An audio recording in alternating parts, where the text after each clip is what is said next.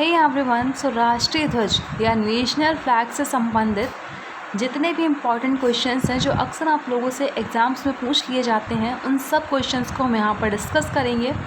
सो मेरा पहला क्वेश्चन आप लोगों से ये है कि पहली बार भारत में हमारा राष्ट्रीय ध्वज कब और कहाँ फहराया गया था। पहली बार हमारा राष्ट्रीय ध्वज कब और कहाँ फहराया गया था।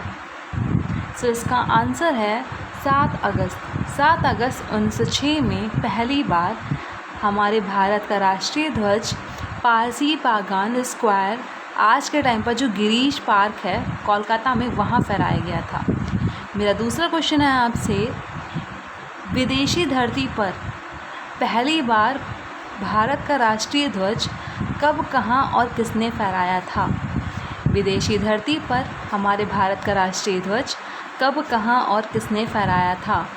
सो इसका आंसर है 22 अगस्त 1907 को मैडम भिकाजी कामा ने पहली बार भारत का राष्ट्रीय ध्वज स्टटगार्ट, जर्मनी में फहराया था। भिकाजी कामा के बारे में अगर आप और जानने को इच्छुक हैं तो इनके ऊपर मैंने एक वीडियो बनाया हुआ है, आप चाहें तो इसको प्रोफाइल पर जा कर के देख सकते हैं। चलिए अब देखते हैं सफ़र तिरंगे का। तो ये सफ़र तिरंगे का शुरू हुआ था 1906 में, जब पहली बार हमारे भारत का राष्ट्रीय ध्वज फहराया गया था। तो हमारा जो तिरंगा था वो कुछ इस प्रकार से था। इसकी शुरुआत जो थी वो ऐसे हुई थी। 1907 में भिकाजी कामा ने जर्मनी में ये झंडा फहराया था। 1917 में होम रूल मूवमेंट में इस झंडे का इस्तेमाल किया गया था और इसे भारत का राष्ट्रीय ध्वज कहा गया था। वहीं 1921 में अनऑफिशियली इसको अडॉप्ट किया गया था। 1931 में इसमें कुछ बदलाव किए गए थे और इसे अडॉप्ट किया गया था। और बाद में 22 जुलाई 1947 को हमारा जो आज हम तिरंगा देखते हैं उसको अडॉप्ट किया गया था। तो हमारे राष्ट्रीय ध्वज को अडॉप्ट किया गया था 22 जुलाई 1947 में और इसको डिज़ाइन किया गया था पिंगली वेंकैया के द्वारा। अच्छा, अब आप सब लोग जानते हो कि जो हमारा राष्ट्रीय ध्वज है, हमारा जो नेशनल फ्लैग है, इसमें 3 कलर्स हैं, 3 बैंड्स हैं, saffron band, white band, green band. जो सैफ्रॉन बैंड है उसको हम टॉप मोस्ट बैंड भी कहते हैं और ये स्ट्रेंथ और करेज को इंडिकेट करता है, यानी कि साहस को इंडिकेट करता है। वहीं जो वाइट बैंड है वो मिडल में होता है और ये जो है ये दर्शाता है पीस और ट्रुथ, यानी कि शांति का प्रतीक होता है। वहीं जो हमारा ग्रीन बैंड है ये बॉटम में होता है और ये ग्रोथ इंडिकेट करता है। हमारा जो नेशनल फ्लैग है इसका रेशियो 3:2 होता है।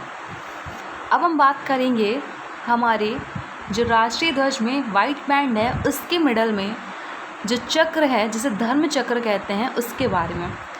तो उस धर्म चक्र को हम एक और नाम से भी पुकारते हैं, जिसे बोलते हैं व्हील ऑफ टाइम। जो ये हमारा धर्म चक्र है इसमें 24 स्पोक्स होते हैं और ये 24 स्पोक्स दिन के 24 घंटे को दर्शाता है।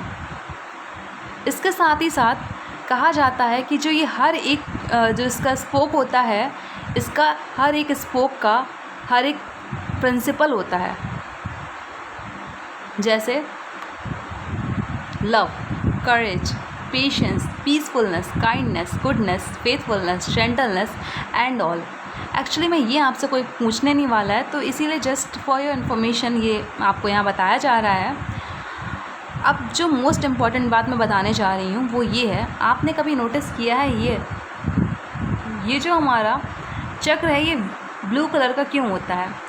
ये ब्लू कलर का होता है, एक्चुअली में ये नेवी ब्लू कलर का होता है।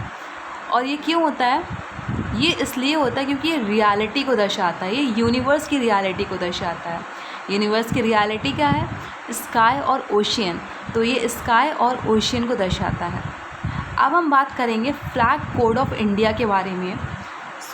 जो ये फ्लैग कोड ऑफ इंडिया है इसमें कुछ नहीं है, इसमें सिर्फ रूल्स एंड रेगुलेशंस हैं, कैसे हमें हमारे राष्ट्रीय ध्वज को डील करना चाहिए, कैसे हम उसे पकड़ेंगे, कैसे हम उसको फहराएंगे, क्या टाइम होती है उसको फहराने की, एंड वगैरह वगैरह, ये चीज़ें इसमें फ्लैग कोड ऑफ इंडिया में दे रखी हैं। अगर आप उन रूल्स को फॉलो नहीं करते हो तो आपको कड़ी से कड़ी सज़ा भी हो सकती है, लगभग 3 साल तक की जेल भी इसमें होती है। सो आप इनके जो कोड हैं इनको ज़रूर फॉलो करें। जैसे कि इसका एक पहला कोड तो यही है कि आप जो हमारा राष्ट्रीय ध्वज है इसको आप कभी भी रात को नहीं फहरा सकते। जो हमारा राष्ट्रीय ध्वज है इसे रात में फहराना बिल्कुल मना है। आप दिन के टाइम पर या सूरज के उगने के बाद आप इसे फहरा सकते हैं। शाम में सूरज ढलने के बाद या फिर सुबह सूरज उगने से पहले इसको नहीं फहरा सकते। आई होप आपको ये सारी बातें क्लियर हो गई होंगी। इनसे बाहर क्वेश्चन नेशनल फ्लैग के ऊपर तो नहीं आता है। So thank you so much for watching.